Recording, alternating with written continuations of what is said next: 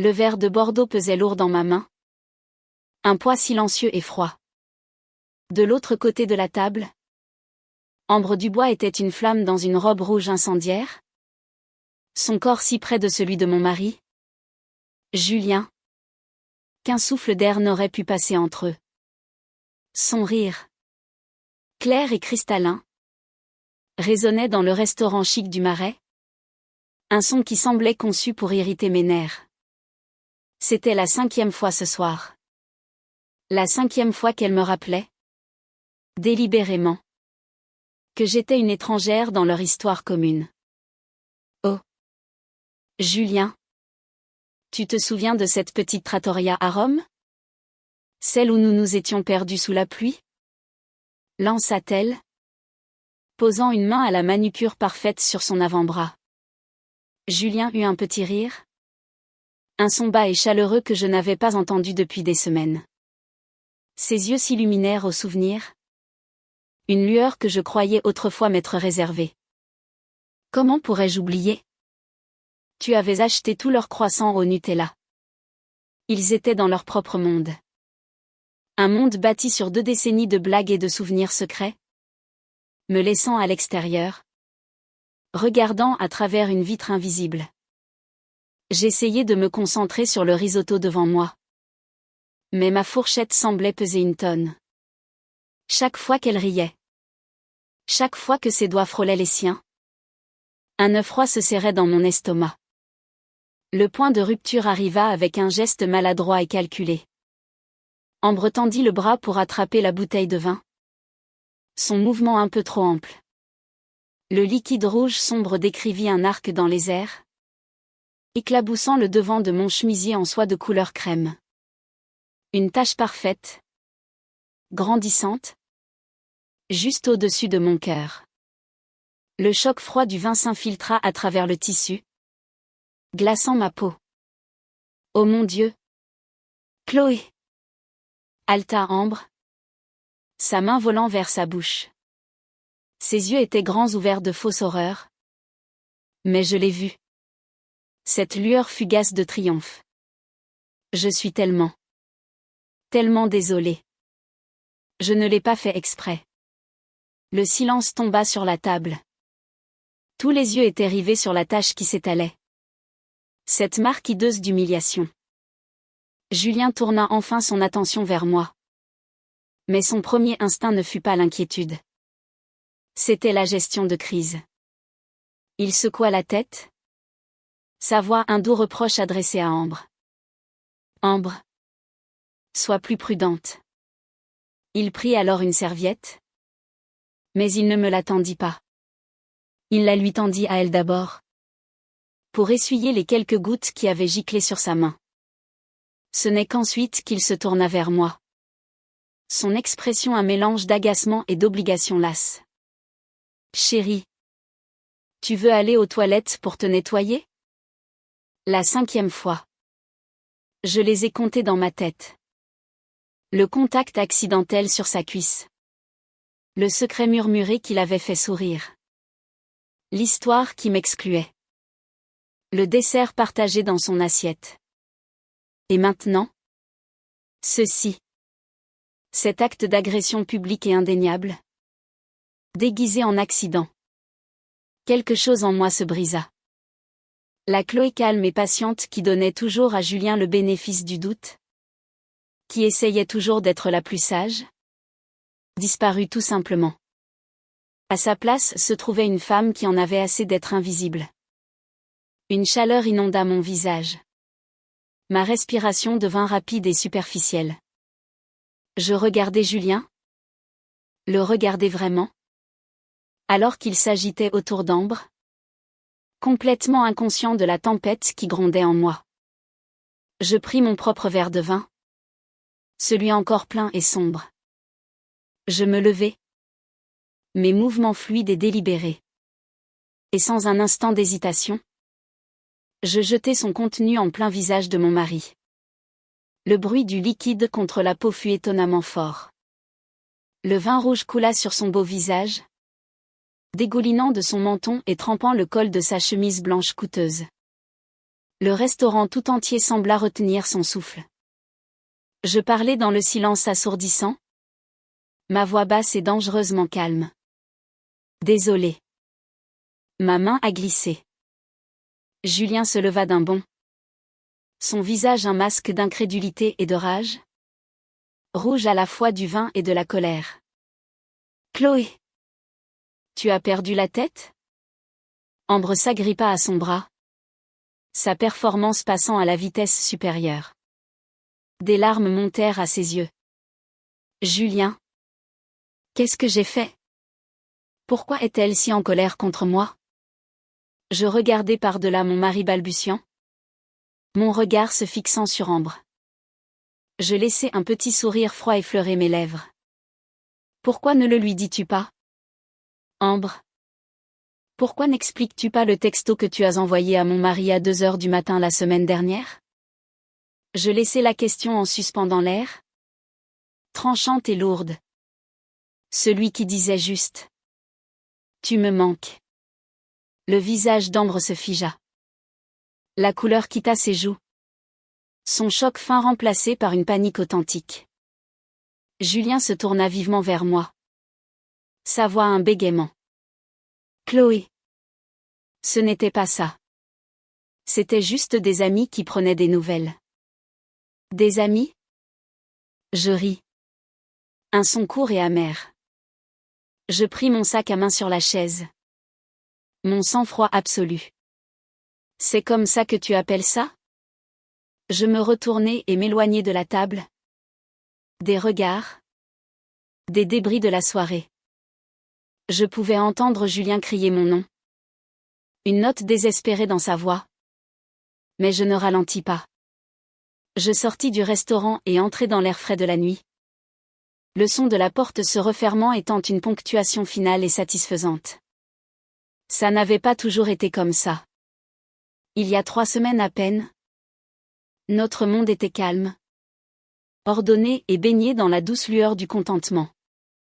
Notre cabinet d'architectes, Valois et Laurent, était florissant.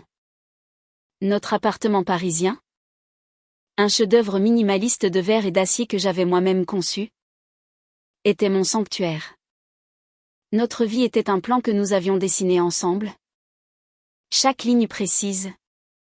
Chaque angle parfait. Je me souviens d'un soir. Nous étions étendus sur le sol du salon. Entourés d'esquisses pour la nouvelle propriété au bord du lac. L'odeur de la pluie et du pain flottait à travers la baie vitrée ouverte.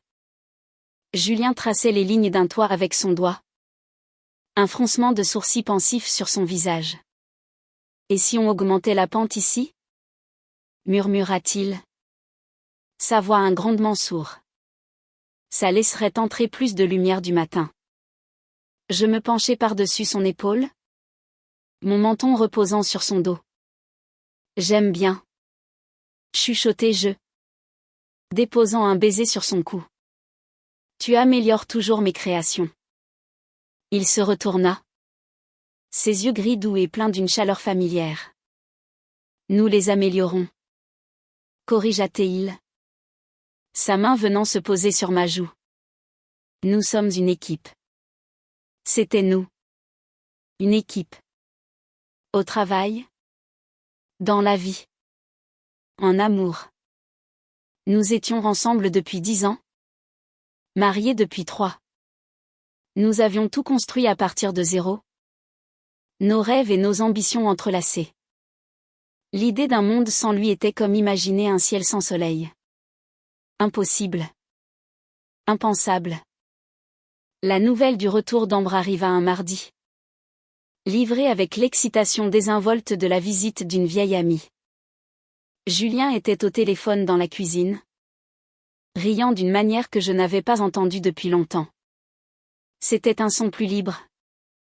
Plus jeune. Pas possible. Ambre. Tu reviens pour de bon? S'exclama-t-il. Faisant les 100 pas. C'est incroyable. Quand? La semaine prochaine? J'étais au comptoir. En train de couper des légumes pour le dîner. Et je m'arrêtais. Le couteau en suspens au-dessus de la planche à découper. Ambre. Le nom était un fantôme de son passé. Un personnage des histoires qu'il m'avait racontées sur son enfance. Sa meilleure amie. Sa complice. La fille qui avait déménagé à Londres il y a 10 ans et qui, je le pensais, y était restée. Il raccrocha. Un large sourire d'enfant sur le visage. Tu ne vas pas le croire. Ambre revient s'installer à Paris. C'est super. Chérie. Dis-je. Forçant un sourire. Un sentiment étrange. Non identifiable. Vacilla dans ma poitrine. Ce n'était pas de la jalousie. Pas exactement. C'était un pressentiment. Une minuscule fissure apparaissant sur la surface lisse de notre vie. Il faut faire quelque chose pour elle. Continua-t-il. Sortant déjà son agenda. Une fête de bienvenue. On doit aller la chercher à la gare. S'assurer qu'elle se sente chez elle. Bien sûr. Acquiesçai-je. Ma voix sonnant plus joyeuse que je ne le sentais. C'est ta plus vieille amie. Je suis contente de la rencontrer enfin. Et je l'étais. D'une certaine manière. Je voulais connaître cette personne qui détenait une part si importante du passé de mon mari. Je voulais l'accueillir. L'intégrer à notre présent. Je n'avais aucune raison de me sentir mal à l'aise. Je faisais confiance à mon mari. Je faisais confiance à notre mariage. Ma confiance commença à s'éroder dès l'instant où nous la vîmes à la gare du Nord. Elle sortit du quai de l'Eurostar. Un tourbillon de cheveux blonds et de bagages de marque. Elle repéra Julien instantanément. Et son visage s'illumina. Elle laissa tomber ses sacs et courut. Se jetant dans ses bras. Ce n'était pas juste un câlin. C'était une étreinte. Ses jambes s'enroulèrent autour de sa taille. Ses bras s'accrochant à son cou. Cela dura juste quelques secondes de trop.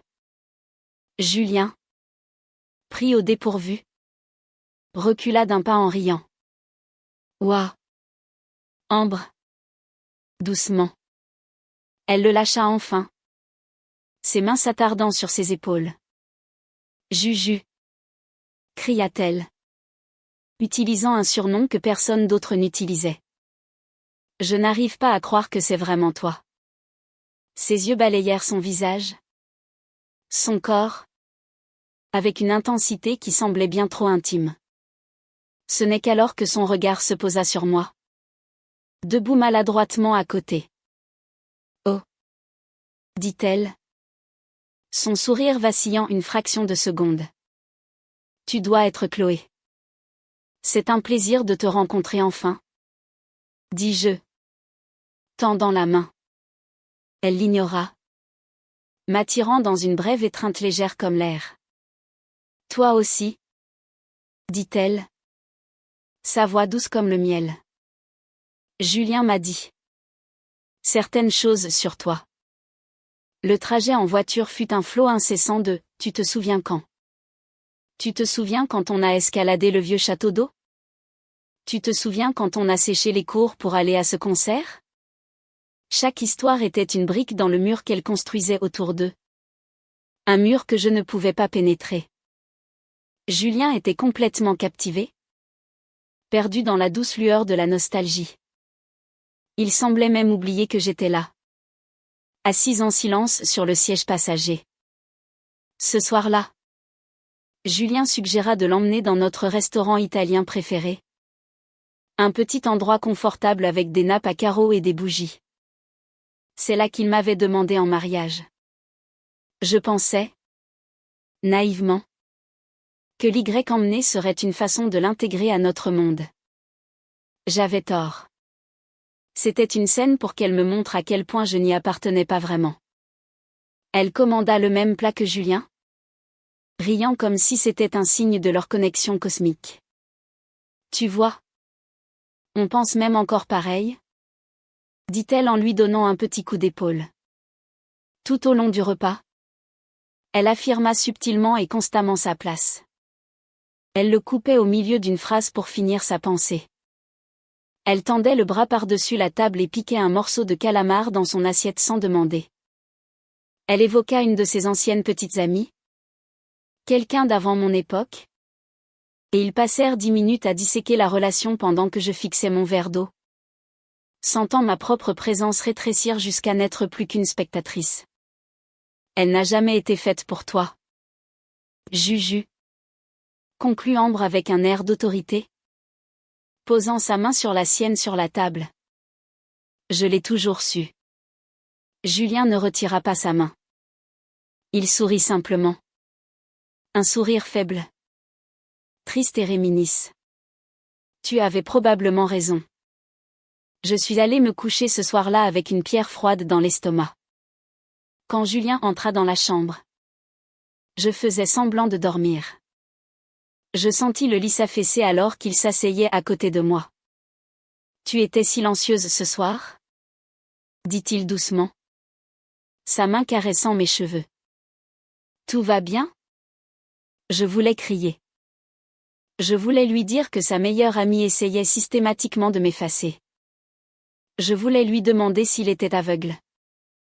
S'il ne voyait pas ce qu'elle faisait sous ses yeux. Mais je ne l'ai pas fait. Je me suis juste retournée et j'ai murmuré, je suis juste fatiguée. Elle est un peu trop. Je sais. Concéda-t-il avec un soupir. Elle a toujours été comme ça. Pleine d'énergie. Tu t'habitueras à elle. Je ne répondis pas. Alors que j'étais allongée dans le noir, écoutant le son de sa respiration régulière, une seule pensée terrifiante résonna dans mon esprit. Je ne crois pas que j'ai envie de m'habituer à elle. Les jours qui suivirent furent une masterclass de guerre psychologique. Avec Ambre comme générale et notre vie comme champ de bataille. Ses tactiques étaient subtiles. Presque imperceptibles pour un étranger. Mais pour moi, chacune était une fléchette précisément tirée. Elle était toujours là. Elle débarquait à notre bureau. Une boîte de macarons à la main. Soi-disant pour toute l'équipe. Mais passait une heure perchée sur le coin du bureau de Julien. Sa voix un murmure bas alors qu'il discutait de choses dont je n'étais pas au courant. Elle l'appelait au milieu de la nuit. En pleurant à cause d'une crise fabriquée de toutes pièces, un robinet qui fuit. Une araignée dans son appartement. Une vague soudaine de solitude. Et Julien, toujours en héros, répondait toujours. Elle a juste du mal à s'adapter, me disait-il. Les sourcils froncés d'inquiétude en enfilant sa veste.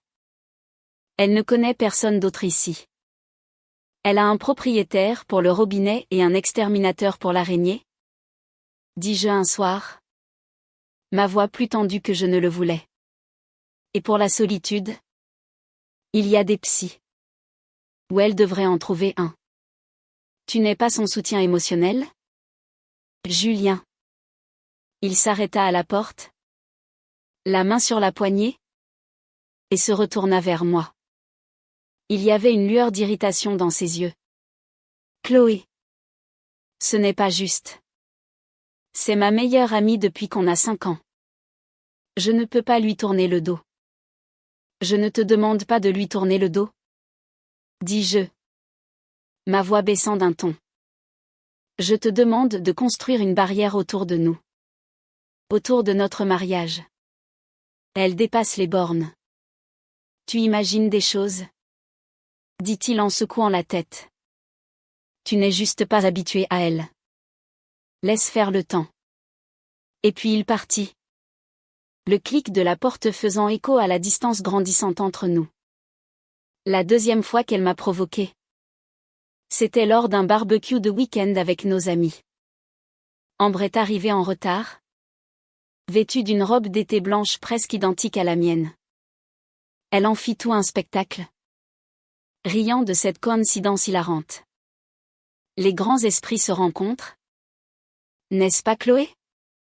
Dit-elle en faisant un clin d'œil à Julien. Plus tard, Alors que nous jouions tous à la pétanque dans le jardin, elle a, accidentellement, trébuché, tombant gracieusement contre Julien. Ses mains se sont tendues pour la stabiliser. Et elles sont restées là. Sur sa taille. Un instant de trop. J'observais de loin. Un gobelet en plastique de bière tiède à la main. Sentant une fureur froide monter dans ma gorge. La troisième fois. Ce fut un email. Elle l'envoya à Julien, mais me mit, accidentellement, en copie. C'était un lien vers une chanson. Une ballade lente et mélancolique. L'objet disait « Ça m'a fait penser à nous ».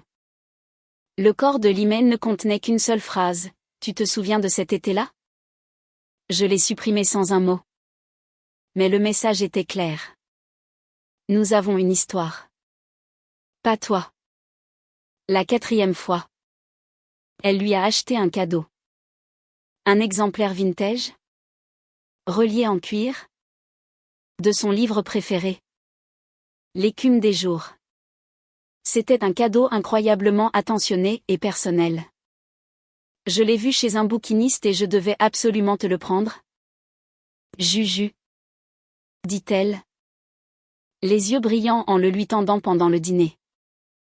Il était sincèrement touché. Il passa ses doigts sur la couverture usée.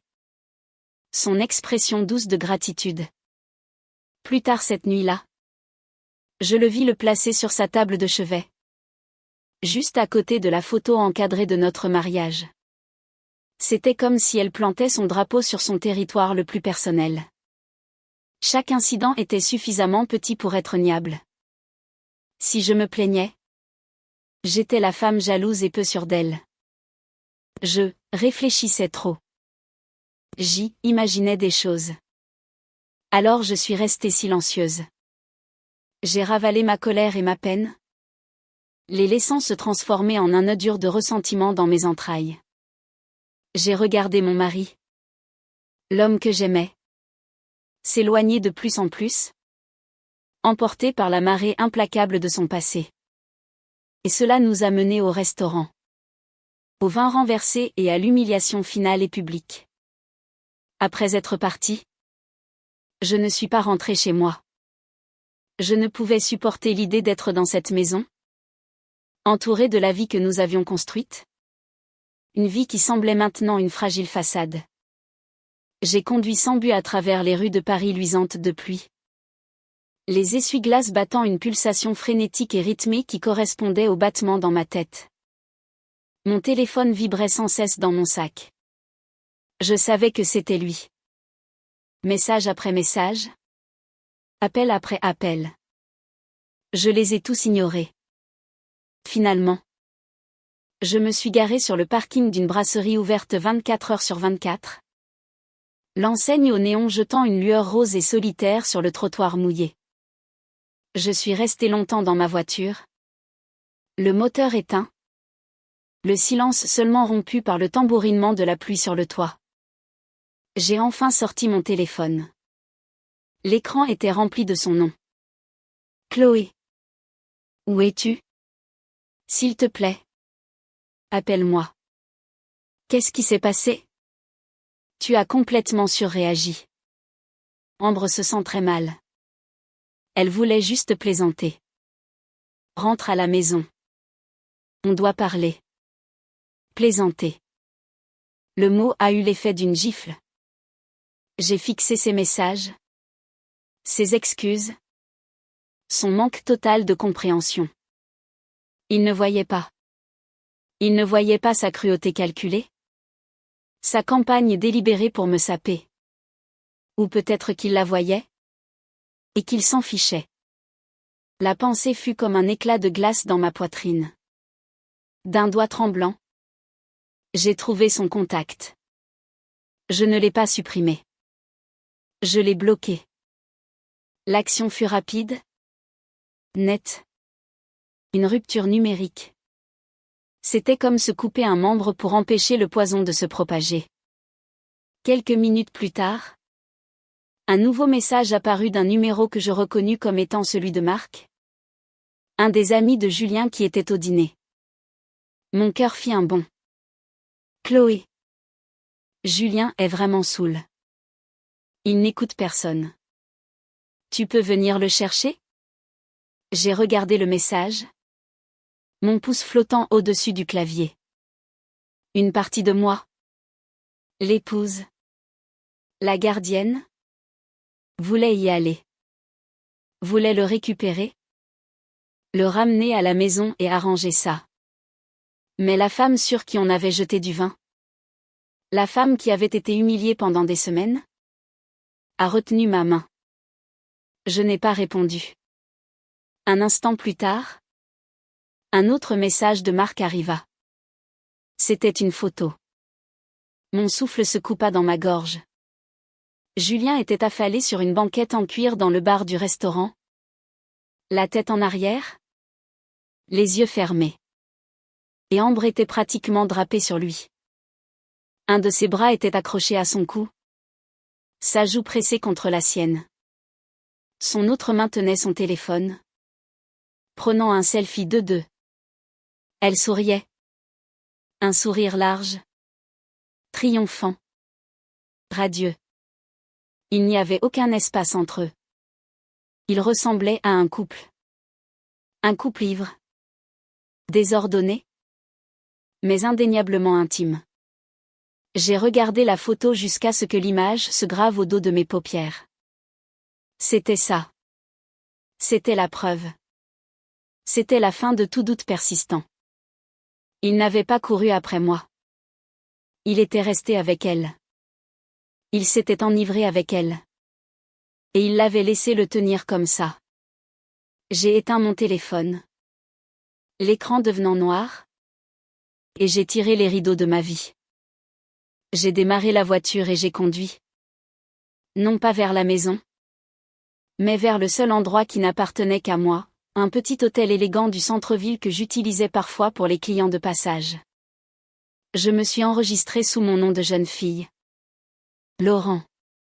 Ça semblait juste. À cet instant, je n'étais pas Chloé Valois. L'épouse. J'étais Chloé Laurent. L'architecte. L'individu. La femme qui était sur le point de reprendre sa vie en main. Je suis restée éveillée toute la nuit dans la chambre d'hôtel stérile et anonyme. Fixant le plafond. Je n'ai pas pleuré. La douleur était trop profonde pour les larmes. C'était un vide creux et douloureux. Des souvenirs se rejouaient dans ma tête comme une bobine de film cassée, Julien enroulant une écharpe autour de mon cou par une froide journée d'hiver. La façon dont il me serrait par derrière pendant que je cuisinais. Les promesses qu'il avait murmurées dans le noir. Et puis, l'image du sourire triomphant d'Ambre apparaissait. Incinérant tout. Transformant tout en cendres. La lumière du matin filtrant à travers les stores semblait dure et impitoyable.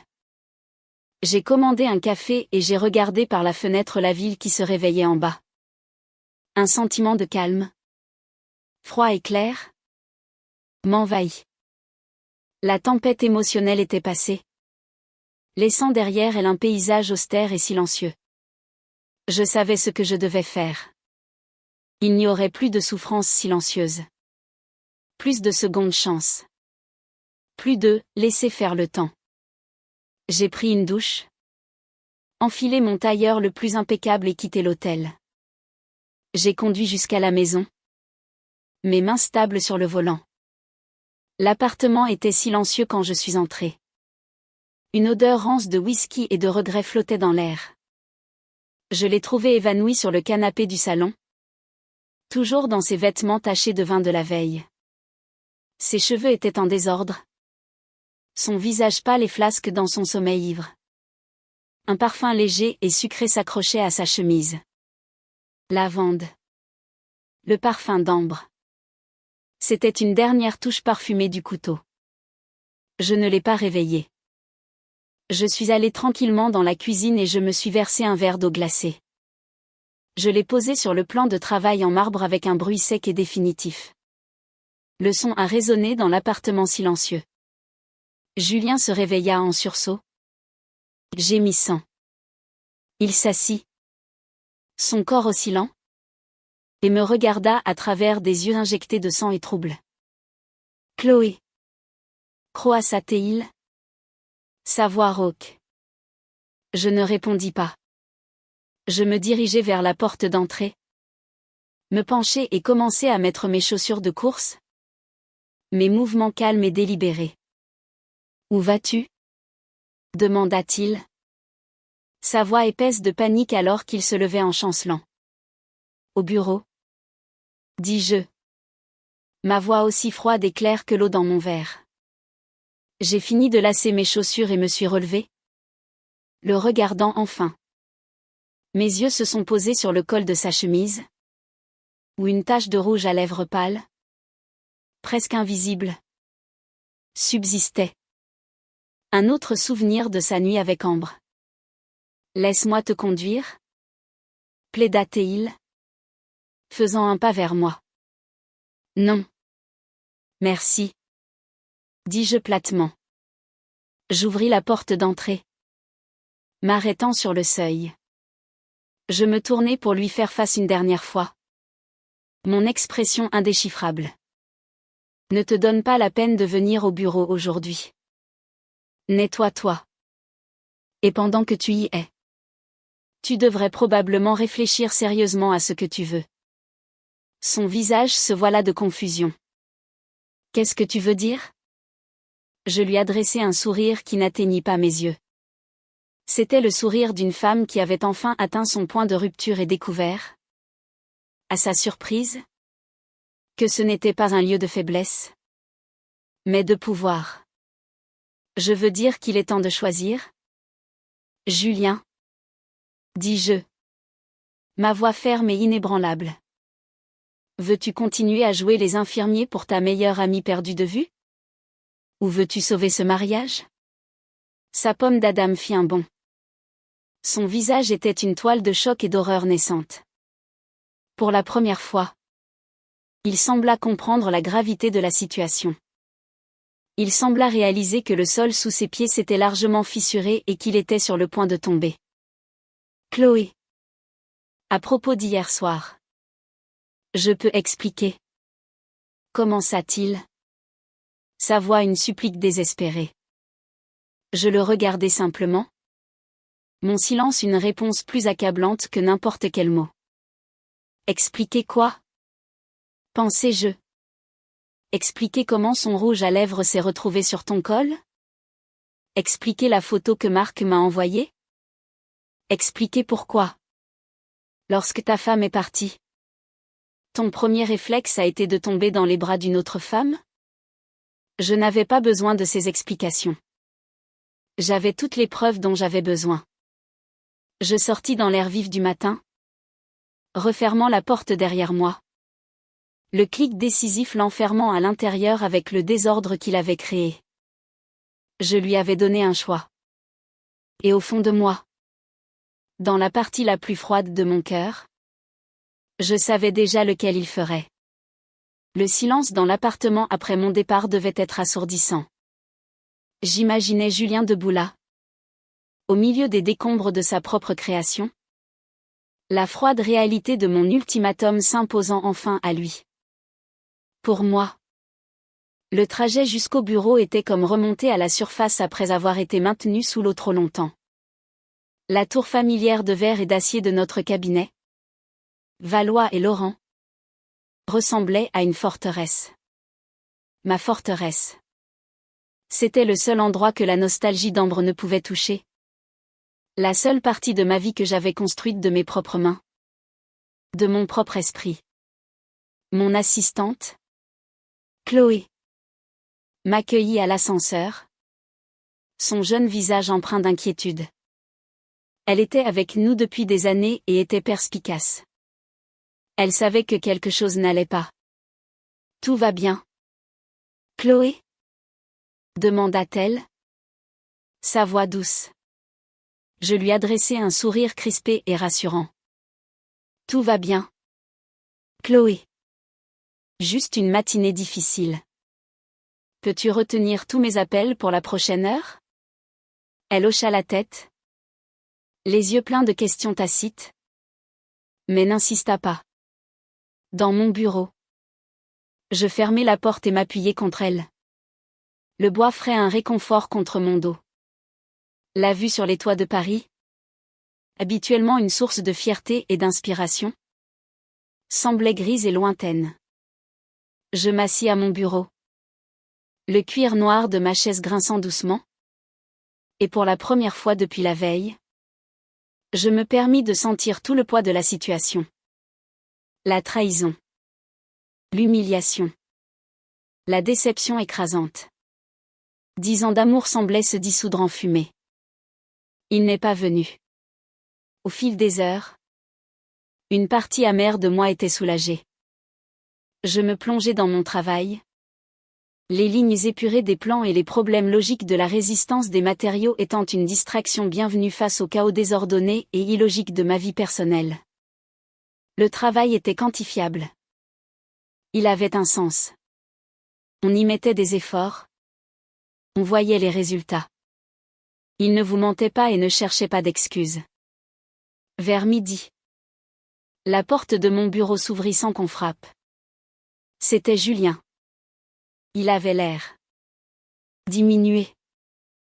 Il avait pris une douche et s'était changé en un costume frais. Mais ses yeux étaient injectés de sang et cernés par la fatigue. Il tenait une offrande de paix, un gobelet en carton de café de mon café préféré en bas de la rue. J'ai pensé que tu en aurais besoin, dit-il. Sa voix basse et rauque. Je ne levai pas les yeux des schémas sur mon écran. J'ai déjà pris un café. Merci. Il le posa quand même sur le bord de mon bureau. Le geste semblant maladroit et inadéquat. Il resta là un long moment, se balançant d'un pied sur l'autre comme un écolier devant le bureau du directeur. Chloé. Il faut qu'on parle, dit-il enfin. Je crois avoir dit tout ce qui devait être dit ce matin, répondis-je. Ma voix froide et égale. Je cliquai sur ma souris, zoomant sur une coupe transversale d'une poutre en acier. Il laissa échapper un lourd soupir et s'affaissa dans le fauteuil en face de mon bureau. Je sais. Tu as raison. J'ai été un parfait idiot hier soir. Il se pencha en avant, les mains jointes, les yeux suppliants. J'ai laissé la situation dégénérer. J'étais tellement prudent. Je ne sais pas. Le passé. Ça ne se reproduira plus. Je te le promets. Je levai enfin mon regard et croisai le sien. Quelle partie ne se reproduira plus? Julien? La partie où tu l'as laissé me manquer de respect toute la soirée? Ou la partie où tu as fini dans un selfie ivre avec son bras autour de ton cou? Il tressaillit. Le rouge lui montant aux joues. Marc t'a envoyé ça? Murmura-t-il, baissant les yeux sur ses mains. Écoute. J'étais ivre. Ça ne voulait rien dire. Ça voulait tout dire? Dis-je. Ma voix dangereusement calme. Ça voulait dire que lorsque tu avais le choix entre courir après ta femme et rester pour réconforter ta meilleure amie, tu l'as choisie elle. Chaque action que tu as entreprise depuis son retour a été un choix. Julien. Et tu ne m'as jamais choisi. Pas une seule fois. Ce n'est pas vrai. Protesta-t-il. La voix brisée. Chloé. Je t'aime. Tu le sais. Ambre. C'est une habitude. Une vieille habitude compliquée. Mais elle n'est pas toi. Elle n'est pas ma vie. Un rire froid et sans humour m'échappa. Une habitude que tu ne sembles avoir aucune intention de rompre. Je me penchai en arrière dans ma chaise, les doigts joints sous mon menton. Alors je le répète. Il est temps de choisir. Elle ou moi. Et me choisir ne signifie pas seulement le dire. Ça signifie couper les ponts avec elle. Complètement. Plus d'appels tard le soir. Plus de courses à son secours. Plus d'emails accidentels. Tu bloques son numéro. Tu lui dis que tu as besoin d'espace. Tu mets fin à tout ça. Il me fixa, le visage pâle. La finalité de mes mots flottait dans l'air entre nous. Il déglutit difficilement, sa gorge se nouant. Je pouvais voir le conflit faire rage dans ses yeux, la peur de me perdre contre l'impulsion enracinée, vieille de plusieurs décennies, de protéger Ambre. D'accord, murmura-t-il enfin, sa voix à peine audible. D'accord. Je vais le faire. Je vais le lui dire. Je voulais le croire. Une partie désespérée et stupide de mon cœur voulait bondir sur ces mots. Accepter sa promesse et prétendre que nous pouvions revenir à ce que nous étions. Mais j'avais bâti ma carrière en décelant les failles dans les fondations. Et les fondations de sa promesse me semblaient faites de sable. Tu devrais rentrer chez toi. Julien. Dis-je. Ma voix plate. En me retournant vers mon écran d'ordinateur. La conversation était terminée. L'ultimatum avait été posé. Maintenant, tout ce que je pouvais faire, c'était attendre et voir si la structure tiendrait. 1 heure plus tard, Chloé m'appela sur l'interphone. Chloé. Une certaine mademoiselle Ambre Dubois est là pour vous voir. Elle n'a pas de rendez-vous. Mes doigts se figèrent sur le clavier. Une terreur froide, aiguë et immédiate, me traversa. Bien sûr. Elle n'allait pas rester les bras croisés à attendre. Elle devait agir. Faites-la entrer. Dis-je. Ma voix ne trahissant rien du tumulte que je ressentais. Ambre entra d'un pas léger. Tout sourire et fausse innocence. Portant un bouquet ridiculement grand de lys blanc. Chloé. Je suis tellement désolée pour hier soir. Je t'ai apporté ça en signe de paix. Elle les posa sur mon bureau. Leur parfum entêtant et funéraire remplissant la pièce. J'espère que tu ne m'en veux plus. Je regardai les fleurs. Puis son visage parfaitement composé. Je ne suis pas en colère. Ambre. Dis-je. Mon ton clinique. Que puis-je faire pour toi? Elle pencha la tête. Son sourire inébranlable. Eh bien, Julien devait m'aider à visiter des appartements aujourd'hui. Mais je n'arrive pas à le joindre depuis ce matin. J'ai pensé qu'il était peut-être ici avec toi. C'était une pêche aux informations. Livrée avec une voix douceâtre. Il est rentré chez lui. Dis-je simplement. Oh. Fit-elle. Ses yeux se plissant légèrement. Tout va bien? Il avait l'air si contrarié hier soir après que tu sois parti. Nous allons bien? Dis-je. Les mots ayant le goût d'un mensonge. Si tu cherches un appartement, je peux te recommander un bon agent immobilier. Je la congédiais, la traitant comme une transaction commerciale. Et elle le savait. Son sourire se crispa. Elle changea de tactique. Son regard balayant mon bureau avec un air de propriétaire. C'est un espace magnifique. Julien a toujours dit que tu avais un vrai talent. Il m'a dit que si je voulais, je pourrais venir donner un coup de main ici. Tu sais, avec mon expérience en marketing de Londres.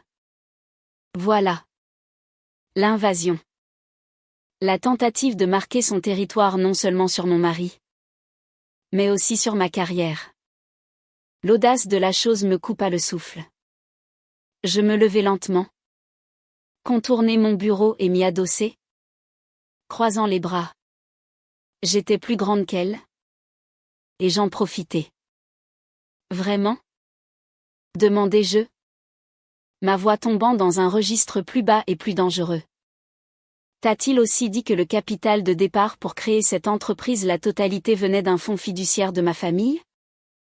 T'a-t-il dit que selon notre pacte d'associés, qu'il a signé, Tout acte d'infidélité pendant notre mariage entraîne la cession automatique de toutes ses parts à mon profit? Le sourire disparut du visage d'Ambre. Ses yeux s'écarquillèrent, ses pupilles se réduisant à des points. Pour la première fois, elle eut l'air d'avoir été giflée. Je ne vois pas de quoi tu parles? Balbutia-t-elle, reculant d'un petit pas.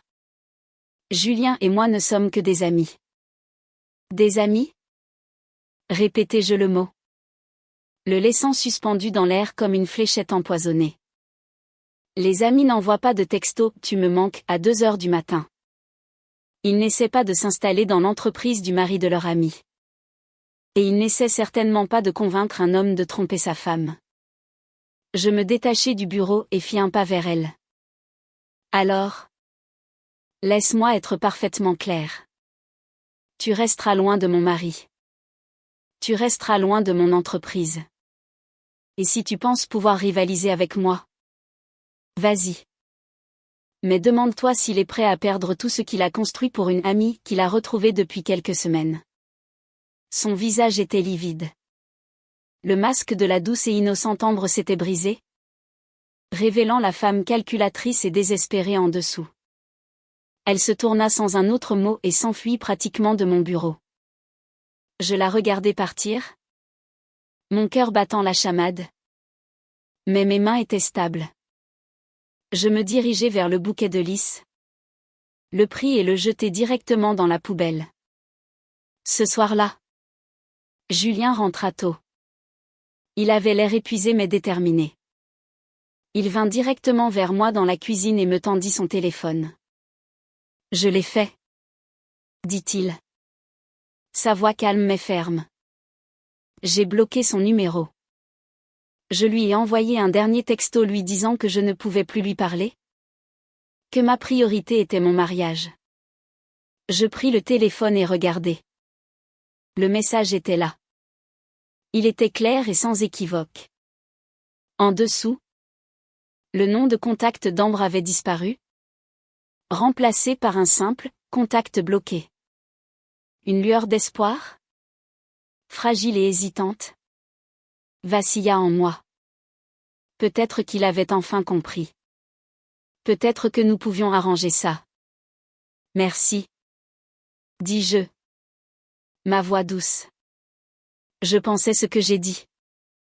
Chloé, insista-t-il, ses mains trouvant les miennes. Je te choisis. Je te choisirai toujours. Il a préparé le dîner ce soir-là. Notre ancien rythme facile revenant pour quelques précieuses heures.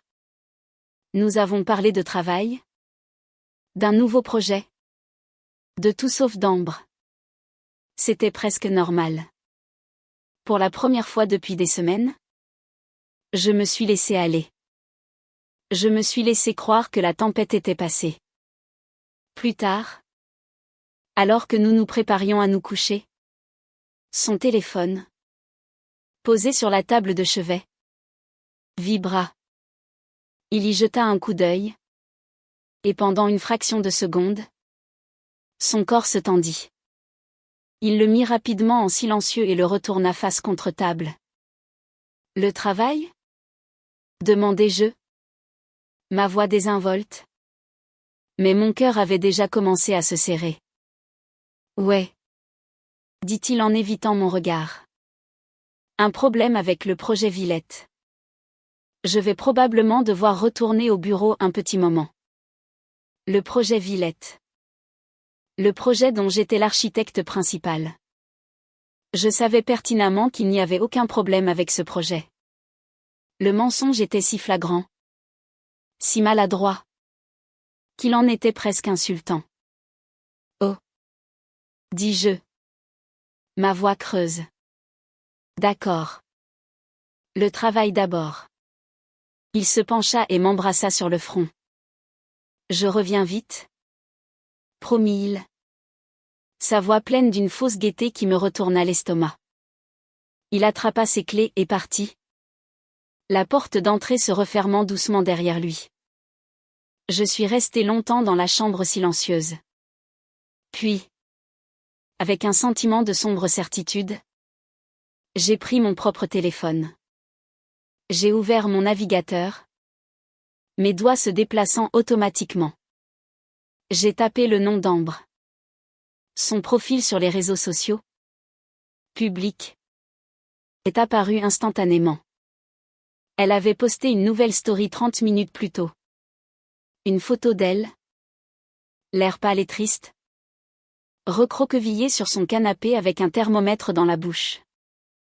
La légende disait, fiévreuse et toute seule. Pas de médicaments à la maison. J'ai peur. Mon sang se glaça. Il n'était pas allé au bureau. Sa promesse, vieille de moins de 12 heures, était déjà rompue. Il m'avait menti en face et était retourné directement vers elle. Il ne m'avait pas choisi. Il était juste devenu meilleur pour cacher ses choix.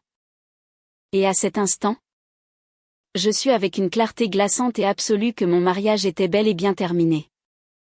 Le silence qu'il laissa derrière lui était plus lourd que n'importe quelle dispute que nous ayons jamais eue. C'était une chose dense, suffocante, remplie des fantômes des promesses brisées. Je m'assis sur le bord de notre lit. Le lit que nous avions choisi ensemble. Celui où il avait murmuré qu'il m'aimerait pour toujours. Et je ne ressentis rien. La colère s'était consumée, laissant derrière elle un calme froid et désolé. Il n'y avait plus de confusion, plus d'espoir. Il n'y avait que la vérité crue et laide. Il était incapable de la laisser partir. Je n'ai pas dormi. Je suis juste restée assise dans le noir, regardant les heures défiler sur l'horloge numérique. 1 heure du matin. 2 heures du matin. Chaque minute qui passait était un autre grain de sable ensevelissant notre mariage. J'ai pensé à la femme que j'étais il y a un mois à peine heureuse. En sécurité. Confiante. C'était comme penser à une personne différente. Quelqu'un que je connaissais à peine. Cette femme était partie. Et je n'étais pas sûre de qui restait à sa place. À 2h17 du matin, mon téléphone, posé sur la table de chevet, illumina la pièce sombre d'une lumière pâle et fantomatique. Un numéro inconnu. Mon cœur fit un bond douloureux. Ça pouvait être n'importe qui. Un mauvais numéro. Un appel indésirable. Mais je savais. D'une main qui tremblait légèrement, je répondis, pressant le téléphone contre mon oreille sans dire un mot. Je retins mon souffle. Pendant quelques secondes, il n'y eut que le silence. Puis, un léger bruissement. Comme des draps qui bougent. Le léger affaissement d'un matelas sous un poids. Le murmure d'un tissu contre la peau. Et puis, un son qui me transperça comme un éclat de verre, le rire doux et mielleux d'Ambre.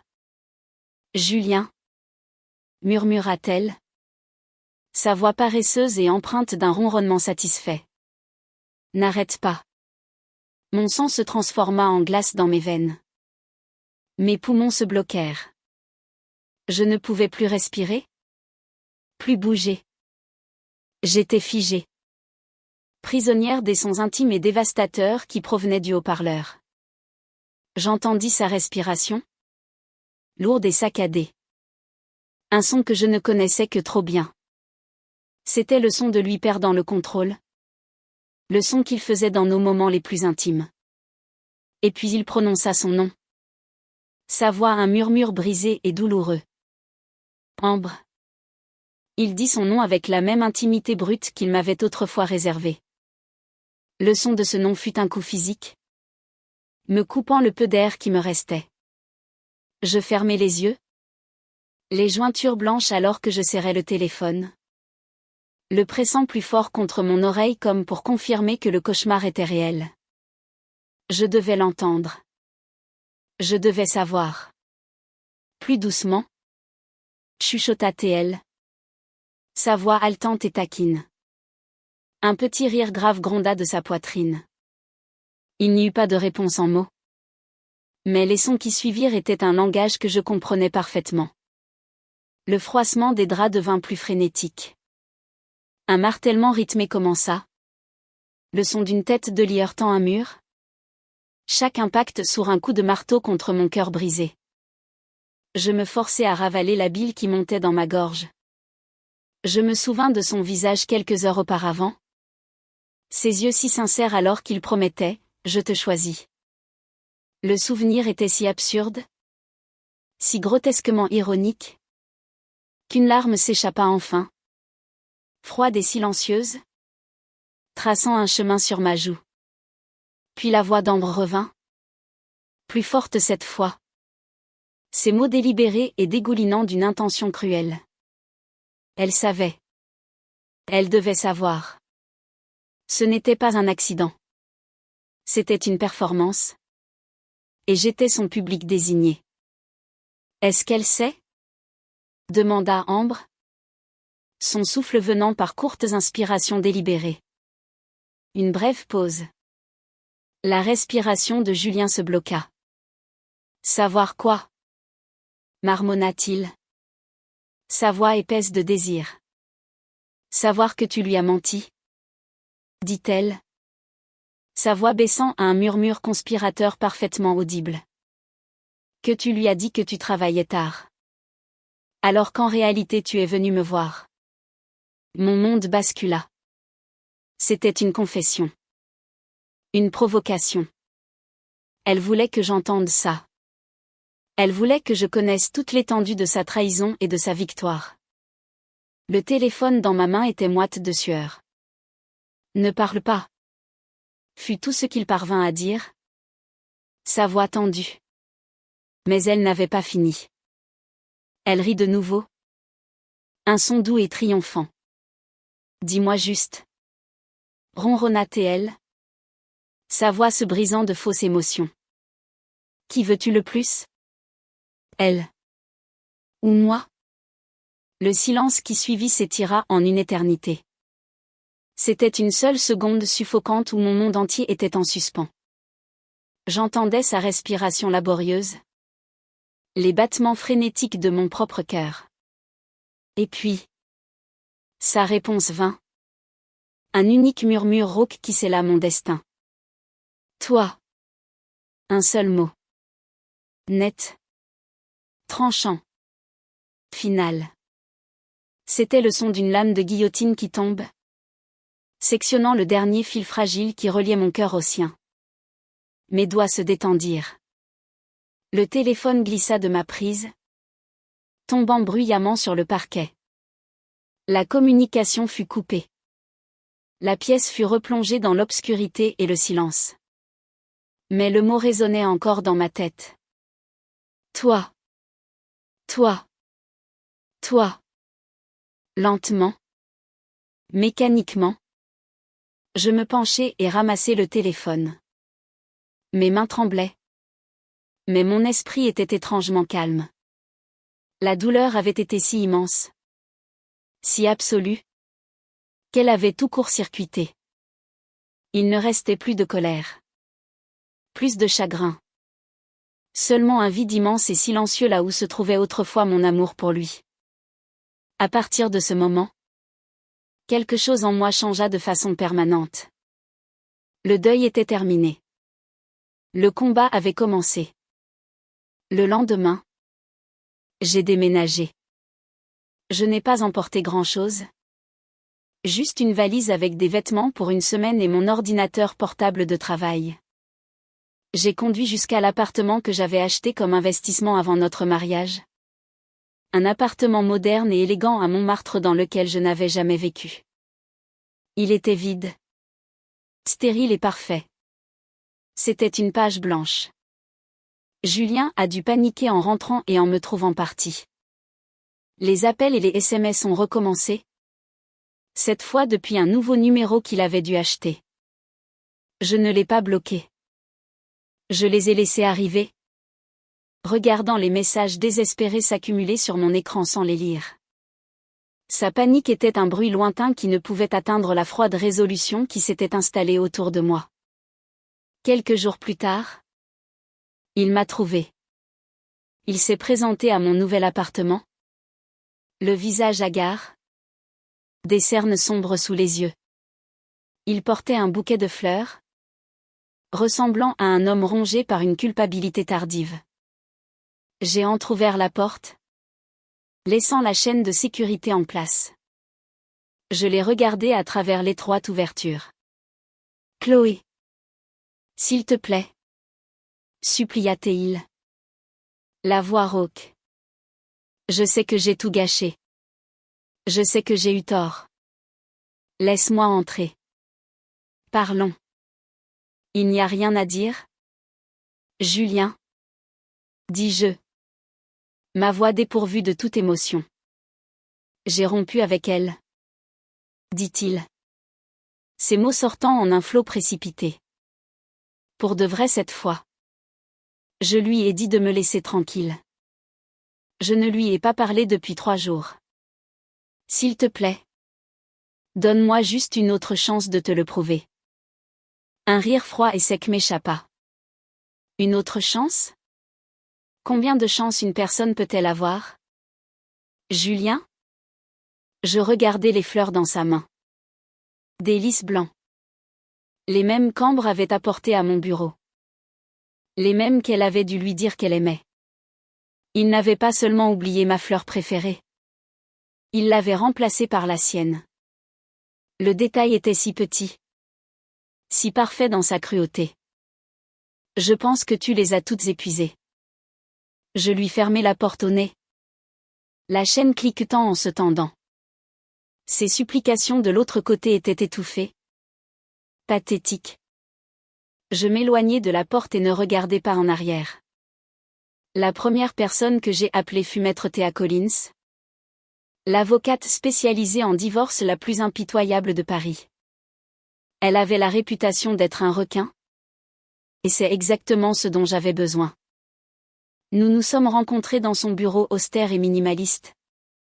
Tout en murs blancs et mobilier chromé. Elle écouta mon histoire sans m'interrompre. Son expression illisible derrière ses lunettes cerclées d'or. Quand j'eus terminé, elle poussa un épais dossier sur le bureau poli vers moi. Notre pacte d'associés a une clause d'infidélité? Dis-je. Ma voix ferme. J'ai des preuves. Elle hocha la tête. Une lueur de quelque chose comme du respect dans ses yeux. Ce sera propre? Madame Valois. Compte tenu des preuves et de l'accord préexistant? Il n'a aucun levier. Le cabinet. L'appartement. Tout sera à vous. Nous devons simplement lui signifier les papiers. Je feuilletai le document. Mes doigts traçant les lignes noires et nettes du texte. Mes yeux s'arrêtèrent sur son nom. Julien Valois. Imprimé en gras.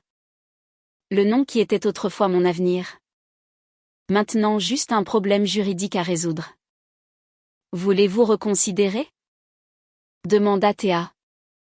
Sa voix étonnamment douce. Je levai les yeux de la page et croisai son regard. Non. Dis-je. Ma voix claire et ferme. Certaines personnes, peu importe le nombre de chances que vous leur donnez, ne changeront jamais. J'ai organisé une rencontre avec Julien dans un café près de notre ancien appartement. Un terrain neutre. Rempli de l'odeur du café et du bourdonnement silencieux des conversations des inconnus. Il est arrivé l'air d'un condamné à mort. Son costume impeccable mais son visage tiré et pâle. Il essayait si fort de projeter l'image de l'homme que j'avais épousé. Mais la façade se fissurait. Chloé. Dit-il. Sa voix basse et lourde d'un espoir qui me faisait mal à voir. Merci d'avoir accepté de me voir. Je ne perdis pas de temps en politesse. Je fis glisser la grosse enveloppe sur la table. Je pense que c'est assez explicite. Dis-je. Ses mains tremblaient en l'ouvrant. Ses yeux parcoururent la première page. Les mots en gras, requête en dissolution DE mariage, lui hurlant au visage. Toute couleur quitta son visage. Il leva les yeux vers moi. Ses yeux écarquillés d'incrédulité et de panique. Non. Murmura-t-il en secouant la tête. Chloé. Non. Tu ne peux pas. On peut arranger ça. Je sais qu'on peut. Il n'y a plus rien à arranger? Dis-je. Ma voix aussi calme qu'un lac gelé. Je ne signerai pas. Dit-il. Sa voix s'élevant, attirant l'attention de quelques personnes aux tables voisines. Je n'accepterai pas ça. Alors on se verra au tribunal? Répliquai-je. Ma voix inébranlable. Et je te le promets. Julien. Tu perdras. Dans un mouvement soudain et violent, il saisit les papiers et les déchira en deux. Puis encore en deux. Les morceaux déchiquetés de notre mariage voltigèrent sur la table entre nous. C'est puéril. Dis-je doucement. Un sourire las et impuissant effleurant mes lèvres. Sa poitrine se soulevait. Ses yeux injectés de sang brûlant d'une colère désespérée et frénétique. Tu es folle. Tu laisses ta jalousie détruire tout ce que nous avons construit. Ambre et moi ne sommes que des amis. Le mensonge était si audacieux. Si pathétique après tout ce qui s'était passé. Que j'ai finalement craqué. Des amis? Rétorquai-je. Ma voix s'élevant pour égaler la sienne. C'est comme ça que tu appelles ça? Des amis qui couchent ensemble? Son visage se figea. La colère fanfaronne disparut, remplacée par une terreur crue et absolue. Sa bouche s'ouvrit. Mais aucun son n'en sortit. Oh! Tu ne pensais pas que je savais? Continuai-je. Ma voix baissant à un murmure bas et mortel alors que je me levais. Attrapant mon sac. La nuit où tu as menti sur le projet Villette? Elle m'a appelé. Ou peut-être que c'est toi qui m'as appelé. Quoi qu'il en soit. J'ai tout entendu. Chaque mot. Chaque son. Je regardais le poids de ses actions s'abattre sur lui. Son visage, déjà pâle, devint d'un blanc maladif et fantomatique. Il recula d'un pas. Ses mains tombant mollement le long de son corps. Comme si les ficelles qui le soutenaient avaient été coupées. Il avait l'air totalement brisé. Je me suis retournée et je suis partie. Le laissant là. Au milieu des morceaux de papier déchiquetés et des ruines de ses propres mensonges. Il n'y avait aucun triomphe là-dedans. Aucune satisfaction. Juste le sentiment creux et vide d'une fin qui n'aurait jamais dû arriver. Il a plu sans interruption pendant 3 jours d'affilée. Un rideau gris implacable qui correspondait à l'humeur de la ville et à l'état de mon cœur. Je me suis jetée dans mon travail avec une concentration singulière et féroce. Notre cabinet est devenu mon sanctuaire et mon champ de bataille. Je reprenais le contrôle. Un plan. Une réunion client à la fois. J'ai entamé le processus pour retirer légalement Valois du nom de l'entreprise. Ce serait Laurent Architecture. Le mien. Seul. J'étais au milieu d'une présentation au conseil d'administration pour un nouveau projet de gratte-ciel. Ma voix stable alors que je leur expliquais le modèle 3D à l'écran. J'étais dans mon élément. Confiante et en contrôle. Et puis c'est arrivé. Une vague de vertige m'a envahi. Si soudaine et écrasante que la pièce a violemment basculé. Les voix des membres du conseil se sont déformées, s'estompant en un grondement sourd. Des points noirs dansaient devant mes yeux. Je me suis agrippée au bord de la table en acajou pour ne pas tomber. Mes jointures devenant blanches. Chloé. Tout va bien? Demanda l'un des membres du conseil. Un homme plus âgé au visage bienveillant nommé Monsieur Bernard. Sa voix perçant le brouillard. J'ai cligné des yeux avec force. Forçant le monde à se remettre au point. Je vais bien. Ai-je réussi à dire? Ma voix semblant distante et mince. Juste un peu étourdie. J'ai dû oublier de déjeuner. Mais je savais que ce n'était pas ça. Une suspicion froide et insidieuse commença à se former dans mon esprit. Mon cycle était en retard. J'avais mis ça sur le compte du stress. Mais maintenant, ce vertige soudain et débilitant ressemblait à un symptôme que je ne pouvais ignorer. Après la réunion, je me suis rendue à une clinique voisine, mon cœur battant un rythme nerveux et frénétique contre mes côtes. 1 heure plus tard, j'étais assise dans une petite salle d'examen stérile, le froissement du papier sur la table d'examen étant le seul son. Une infirmière au sourire chaleureux et doux est entrée en tenant une tablette. Sa voix était douce, comme si elle annonçait la plus heureuse des nouvelles au monde. « Eh bien, mademoiselle Laurent ?» dit-elle, ses yeux se plissant au coin. « Félicitations. Vous êtes enceinte. D'environ 6 semaines ? Et tout semble parfaitement sain. » Le mot m'a frappé avec la force d'un coup physique. Enceinte. L'air s'est échappé de mes poumons. Pendant des années, Julien et moi avions essayé. Nous avions subi des consultations, des tests, et le chagrin silencieux et mensuel de l'échec. Nous avions fini par accepter que cela n'arriverait peut-être jamais pour nous. Et maintenant, alors que ma vie était en ruine, alors que l'homme avec qui j'avais construit une vie avait brisé ma confiance au-delà de toute réparation, un bébé arrivait. C'était comme la plus cruelle des blagues que le destin pouvait me jouer. L'infirmière a dû voir le choc sur mon visage, car son sourire s'est adouci de sympathie. Ça peut être beaucoup à encaisser, dit-elle gentiment. J'ai baissé les yeux sur la photo d'échographie qu'elle m'a tendue. Un minuscule point faible. Une petite tache de lumière dans une mer de noir. Une vie. Notre vie. Mes doigts tremblaient en effleurant la fragile feuille de papier. Comme si je touchais quelque chose de sacré et de terrifiant à la fois. Ce petit être innocent était le dernier lien indestructible avec Julien. Un lien permanent avec l'homme que j'essayais si désespérément de fuir. En quittant la salle d'examen, j'ai traversé le couloir de l'hôpital dans un état second. L'esprit en ébullition. Je ne voyais pas où j'allais. En poussant les portes principales pour sortir dans l'après-midi pluvieux, j'ai heurté de plein fouet une poitrine solide. Une paire de mains fortes a saisi mes bras pour me stabiliser.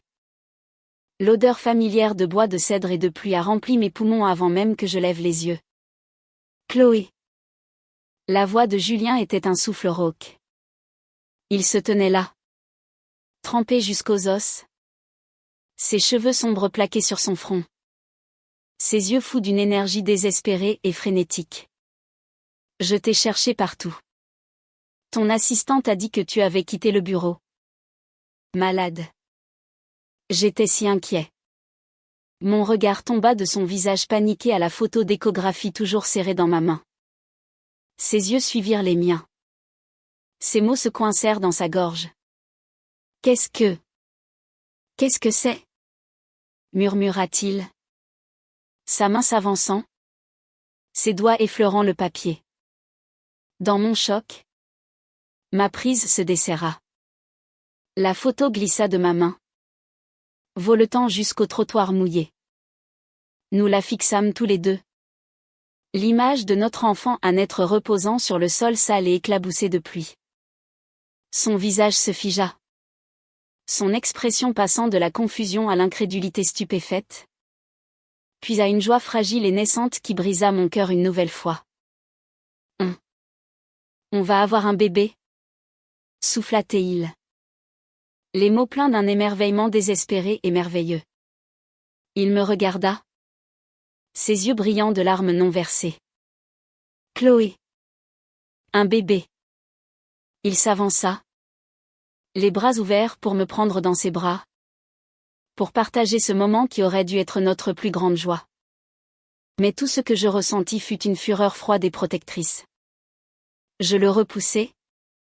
Pas fort, mais avec une pression ferme et inflexible contre sa poitrine. Non. dis-je. Ma voix aiguë et cassante. Je me penchai et arrachai la photo du sol. Son coin maintenant taché et humide. Je la fourrai au fond de mon sac à main, la cachant à sa vue. De quoi tu parles?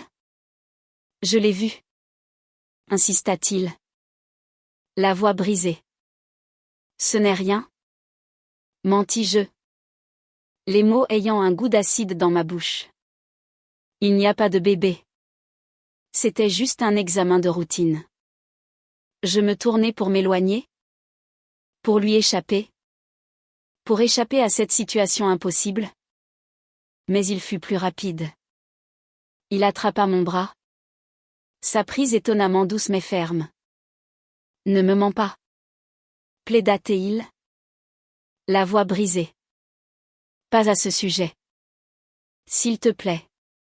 Ça change tout. Ça ne change rien. Rétorquai-je en me tournant pour lui faire face sous la pluie battante. Absolument rien. Ce sont mes affaires. Julien. Pas les tiennes.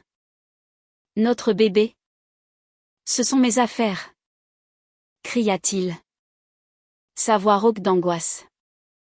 La pluie coulait sur son visage, se mêlant aux larmes qui tombaient maintenant librement.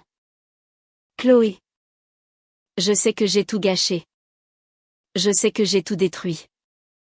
Mais ça, c'est un miracle. C'est une seconde chance. Laisse-moi être un père. Laisse-moi essayer de réparer ça. Je déverrouillai mon téléphone, l'écran illuminant mon visage froid et pâle. Je lui montrai le journal d'appels. Plus de 30 appels manqués de son numéro au cours des dernières heures. Le téléphone était en silencieux. Dis-je. Ma voix plate, ne trahissant rien de la tempête qui faisait rage en moi. Comment savais-tu que j'étais ici? Son regard vacilla. Ambre. Admit-il. Sa voix à peine un murmure.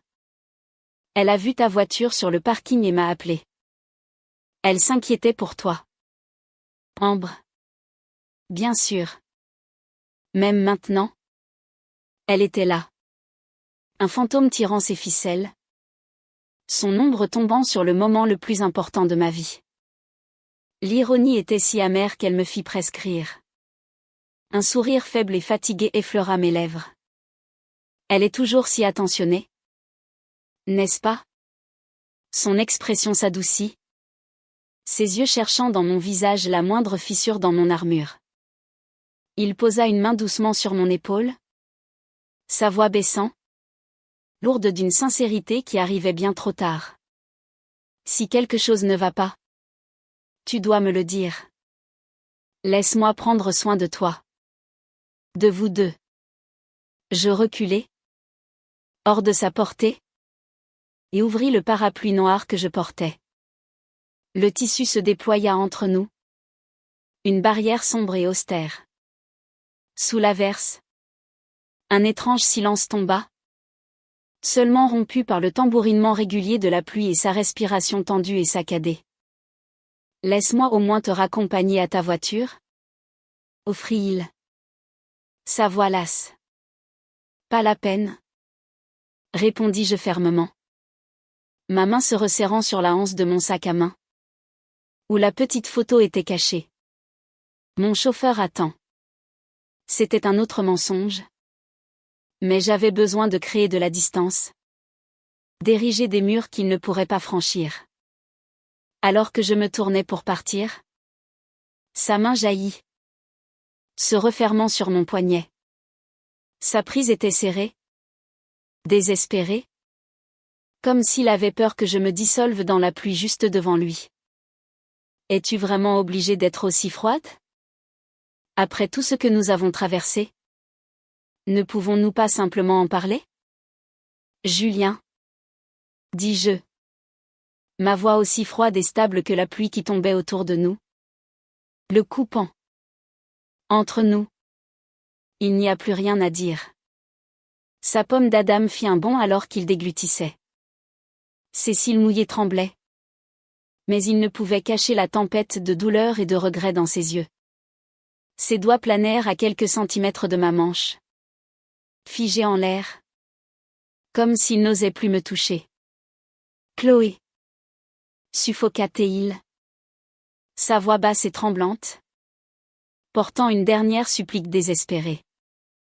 Ne me fais pas ça. À nous. Je le regardais. L'homme qui était le père de mon enfant. L'homme qui avait été autrefois mon monde entier. Je vis le fantôme de l'homme qui s'était agenouillé devant moi par une nuit étoilée. Promettant de faire de moi la femme la plus heureuse du monde. Le souvenir lui-même ressemblait à une trahison. Julien. Murmurai-je. Ma voix douce mais chaque mot affûté comme une lame de rasoir. Veux-tu savoir le plus drôle dans tout ça? Il leva les yeux. La confusion assombrissant l'espoir désespéré dans ses yeux. Je laissai un petit sourire amer effleurer mes lèvres. La nuit où ton ami m'a appelé. La nuit où j'ai tout entendu. J'étais allongée dans mon lit en pensant à te pardonner. J'envisageais réellement de te donner une autre chance. Je fis une pause, laissant le poids de mes mots s'installer. Et c'est le moment que tu as choisi pour me trahir de la pire des manières. Alors ne me parle pas de « nous ». Tu as brûlé ce pont toi-même. Je me suis retournée et je suis partie. Mon parapluie me protégeant de la tempête. Je l'ai laissé là. Immobile. Alors que la pluie tombait. Emportant les derniers vestiges de l'homme que j'avais aimé. Je n'ai pas regardé en arrière. Je ne le pouvais pas. Parce que si je le faisais, j'avais peur qu'il voie la seule larme qui coulait sur ma propre joue. Une traîtresse à la froide résolution que j'essayais si désespérément de maintenir. Les 2 semaines qui suivirent furent une guerre froide menée par SMS et messages vocaux. Julien était implacable. Il envoyait des textos suppliants. Laissait de longs messages vocaux décousus remplis de regrets et de promesses. Il a demandé à sa mère de m'appeler. Il a envoyé des fleurs à mon bureau des roses cette fois. Mes préférées avec une carte simple et désespérée qui disait « S'il te plaît ». J'ai tout ignoré. Je construisais un mur autour de moi et de mon enfant à naître. Brique par brique douloureuse. Mon avocate, Théa, me conseilla de couper tout contact direct. Toute communication passerait par elle. C'était plus propre, plus sûr. Mais Julien était un homme désespéré.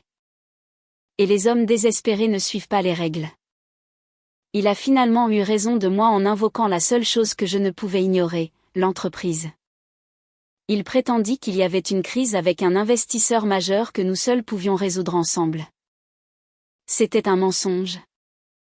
J'en étais sûre. Mais un mensonge plausible. Cela me donna une raison d'accepter une dernière rencontre. Il choisit un restaurant haut de gamme. Un endroit au ton feutré et à l'éclairage tamisé conçu pour les secrets. Il avait réservé un salon privé.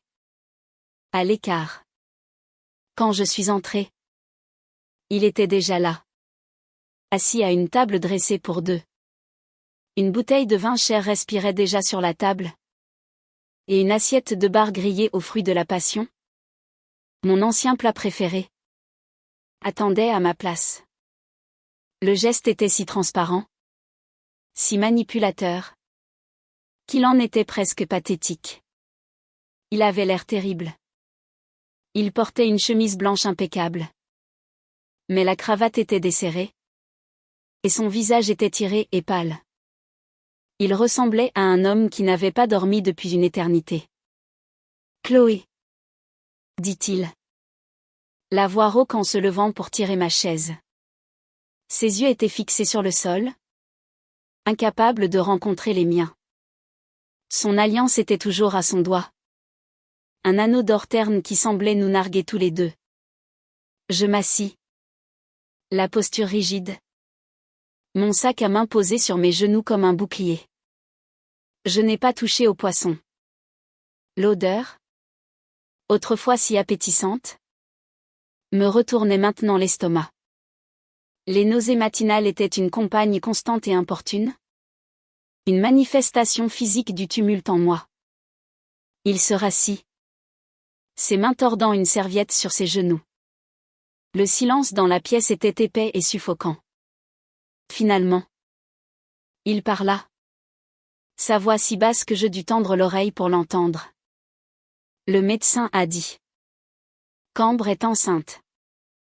Les mots tombèrent dans le silence comme des pierres dans un puits profond. L'air dans mes poumons se transforma en glace. Mon sang rugit dans mes oreilles. Un son impétueux et assourdissant qui noya la douce musique du restaurant. Je le fixai. Ma vision se rétrécissant jusqu'à ce qu'il soit la seule chose que je puisse voir. Ah! Fut tout ce que je pus dire. Le son était sec. Craquelé. Un éclat de ma voix brisée. Je vois. Il ne voulait toujours pas me regarder. Sa tête était baissée. Sa pomme d'Adam faisant des bonds alors qu'il déglutissait. On a fait un test de paternité. Balbutia-t-il. Sa voix épaisse d'un étrange mélange de honte et d'autre chose. Quelque chose que je ne pouvais pas tout à fait nommer. C'est le mien. Il leva enfin la tête. Et ses yeux étaient remplis d'un désespoir sombre et vide. Chloé. Je suis tellement désolée. Je pris ma fourchette. Mes mouvements raides et robotiques. Je coupai un morceau du poisson grillé et le portai à ma bouche. Le goût était écrasant. Amer et infect. Mon estomac se souleva violemment. Je repoussai ma chaise. Couvrant ma bouche de ma main. Et m'enfuis vers les toilettes privées attenantes à notre salon. Je vomis dans la cuvette en porcelaine immaculée. Mon corps convulsé par une nausée qui était plus que de la simple grossesse. C'était l'expulsion physique de chaque dernière goutte d'amour que j'avais jamais ressentie pour lui. Quand je suis ressorti en titubant, m'essuyant la bouche d'une main tremblante, je me suis arrêté net sur le seuil. Elle était là. Ambre. Elle était assise sur ma chaise. Vêtue d'une robe rose pâle à épaules dénudées qui lui donnait un air fragile et éthéré. Elle avait la tête posée sur l'épaule de Julien. Sa main légèrement enroulée autour de son bras. Elle leva les yeux vers moi. Un léger sourire victorieux jouant sur ses lèvres. Tiens. Tiens. Chloé. Vomir autant? Dit-elle. Sa voix dégoulinant de fausse inquiétude. Ne me dis pas que tu es enceinte? Toi aussi. La pièce sembla se figer. La tête de Julien se redressa brusquement. Ses yeux écarquillés. Un espoir fou et désespéré s'enflammant dans leur profondeur. Chloé? L'es-tu? Est-ce vrai? Ambre se leva lentement. Sa robe pâle flottant autour d'elle comme un linceul. Elle se mordit la lèvre. Sa voix douce empreinte d'acier. Chloé. Je sais que tu veux t'accrocher à Julien. Mais simuler une grossesse pour le manipuler?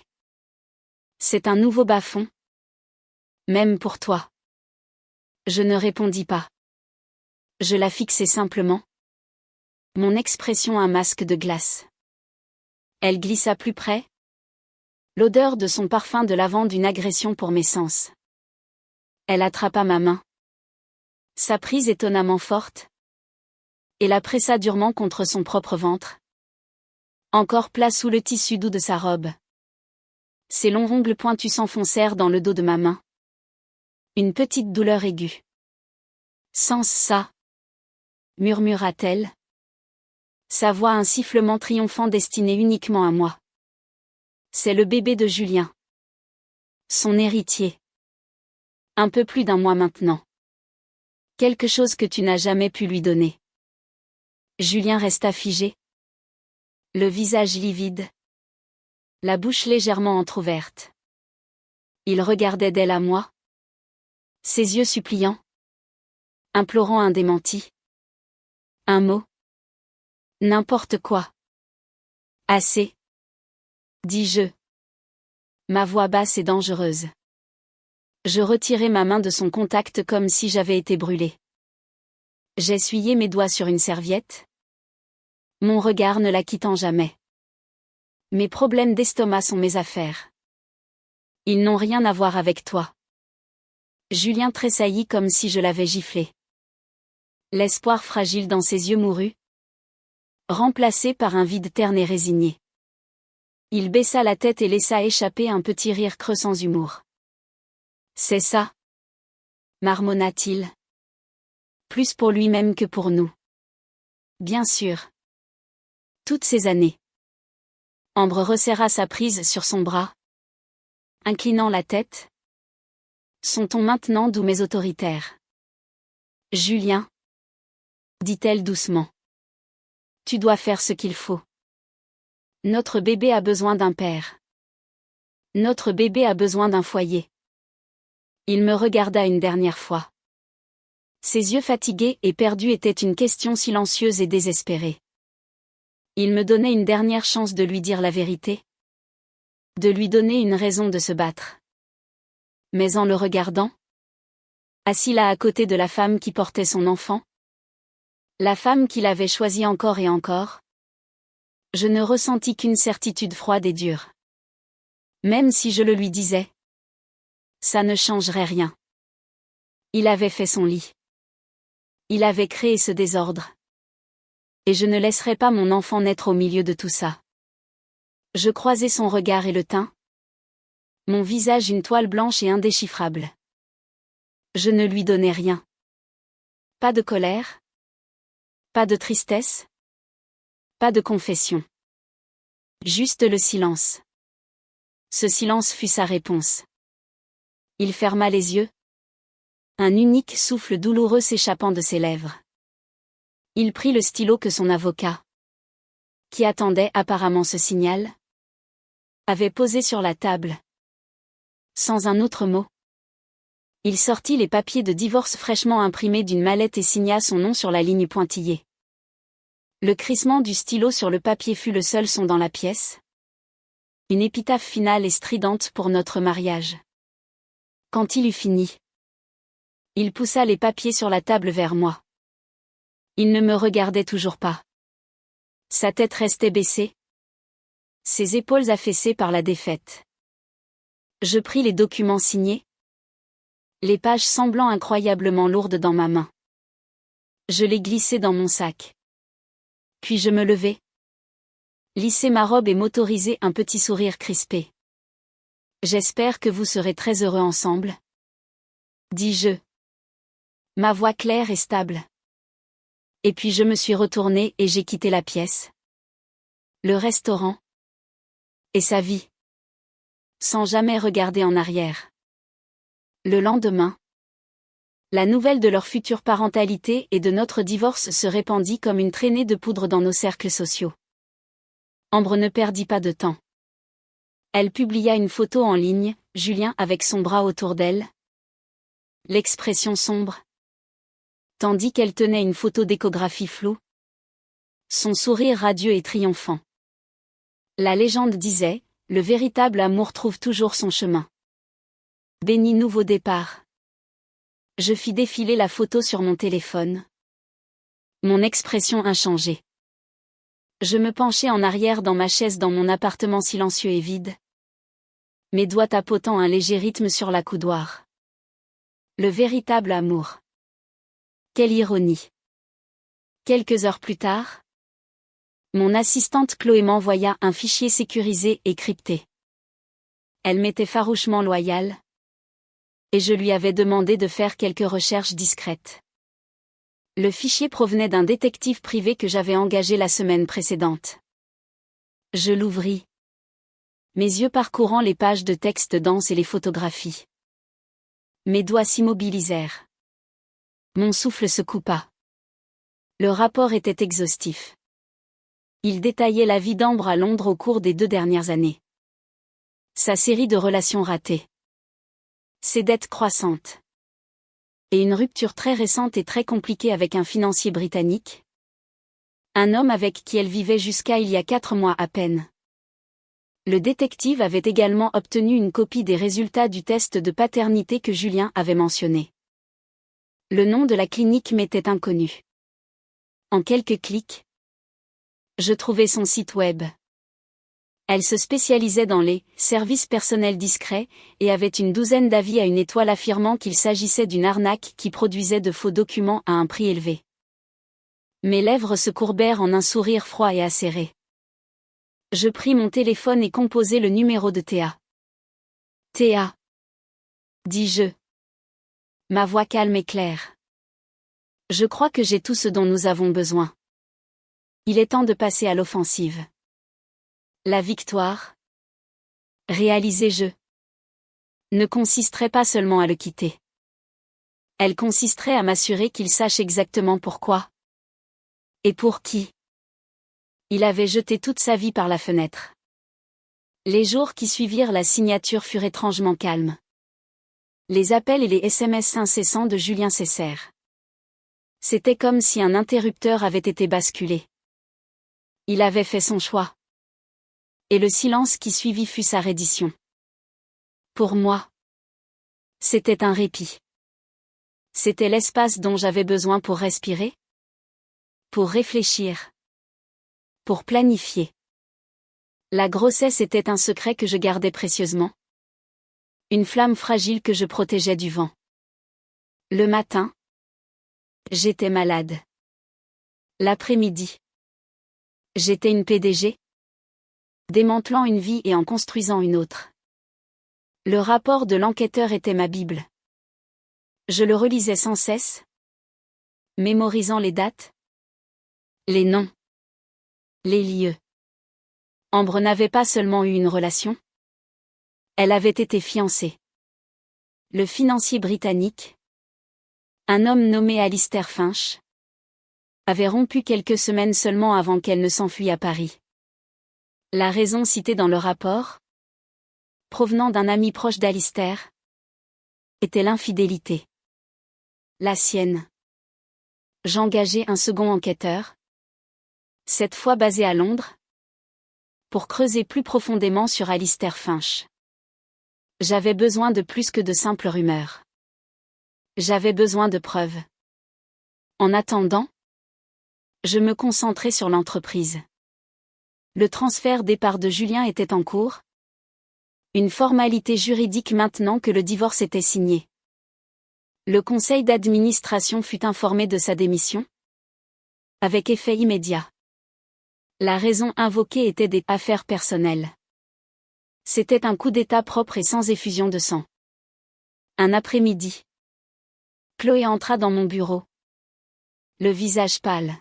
« Il est là », murmura-t-elle. « Julien. Il est dans le hall. Il exige de vous voir. » Je sentis une décharge d'adrénaline froide. « Laissez-le entrer, » dis-je. La voix stable. Je me levai et me dirigeai vers la baie vitrée, le dos tourné à la porte. Je regardai la circulation dans la rue en contrebas. Un fleuve de voitures minuscules et insignifiantes. La porte s'ouvrit et se referma. Je pouvais sentir sa présence dans la pièce. Une énergie lourde et oppressante. « Que veux-tu, Julien ?» demandai-je sans me retourner. « Je suis venu chercher mes affaires, » dit-il. La voix plate et sans vie. « Tes affaires sont dans un carton à l'accueil, » répondis-je. « Chloé te le donnera. »« Chloé. Regarde-moi, » plaida-t-il. Sa voix n'était plus en colère ou désespérée. Elle était juste. Vide. Je me retournai lentement. Il ressemblait à un étranger. La confiance. Le charme facile. Tout avait disparu. Il n'était plus qu'un homme dans un costume cher qui semblait soudain trop grand pour lui. Qu'y a-t-il ? Elle veut se marier ? dit-il. Les mots sortant dans un murmure étranglé. Tout de suite. Avant la naissance du bébé. Il passa une main dans ses cheveux. Un geste d'une profonde lassitude. Elle veut emménager dans l'appartement. Notre appartement. Ce n'est plus ton appartement? Julien. Lui rappelai-je doucement. Les papiers sont en cours de finalisation. C'est le mien. Il tressaillit. Le mot mien a un coup physique. Je sais.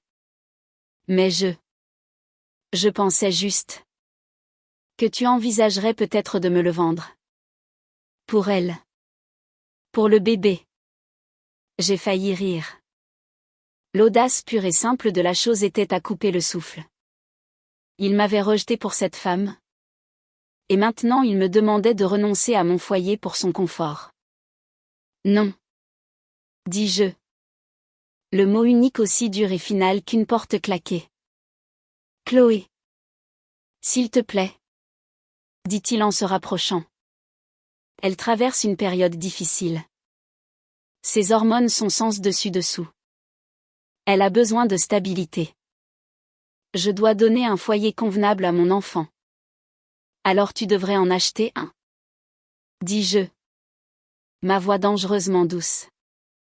Je retournai à mon bureau et m'assis, prenant un stylo et feignant de m'intéresser à un document. Je suis sûre que tu peux te le permettre. Après tout, tu as toujours ton salaire. Un salaire que je payais maintenant. Son visage se décomposa. Il savait ce que j'insinuais. Il n'était plus mon associé. Il était mon employé. Un architecte du personnel. Son titre une coquille vide de sa gloire passée de PDG.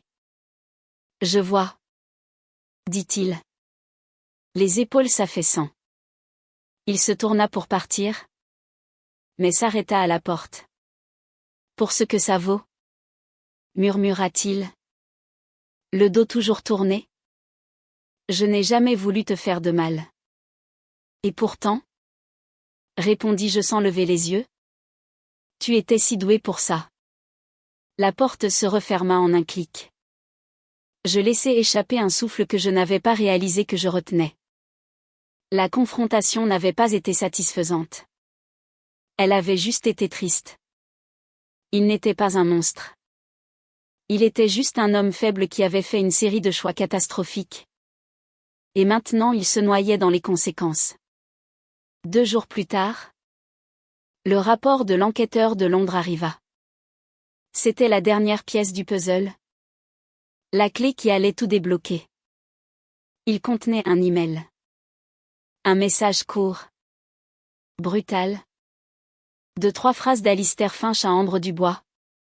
Daté de 4 mois. Ambre. Le test ADN pour le bébé est revenu. Il n'est pas de moi. Ne me contacte plus. Mon cœur battait la chamade contre mes côtes. Je le relus. Puis une 3e fois. Le bébé. Le bébé qu'elle portait. Celui qu'elle avait utilisé pour piéger Julien. N'était pas celui d'Alistair. Et il avait été conçu bien avant qu'elle ne remette les pieds à Paris. Il ne pouvait absolument pas être de Julien. Je me penchai en arrière dans ma chaise. Un sourire lent et froid s'étalant sur mon visage. Tout n'était qu'un mensonge. La grossesse. Le test de paternité. Tout le récit de son retour tragique à la maison en quête de réconfort. C'était une arnaqueuse.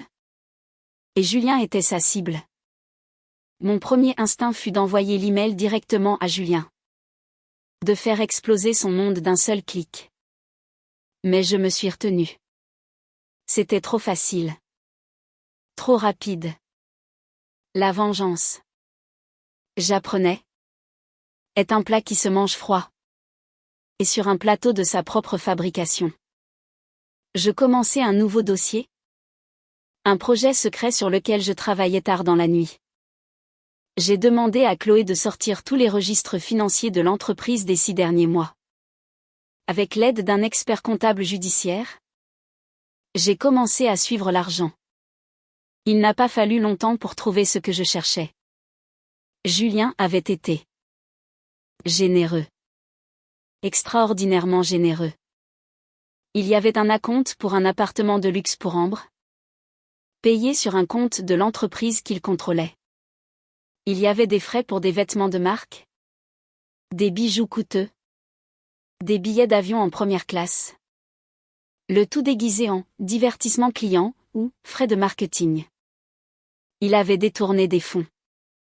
Pas à grande échelle, mais suffisamment.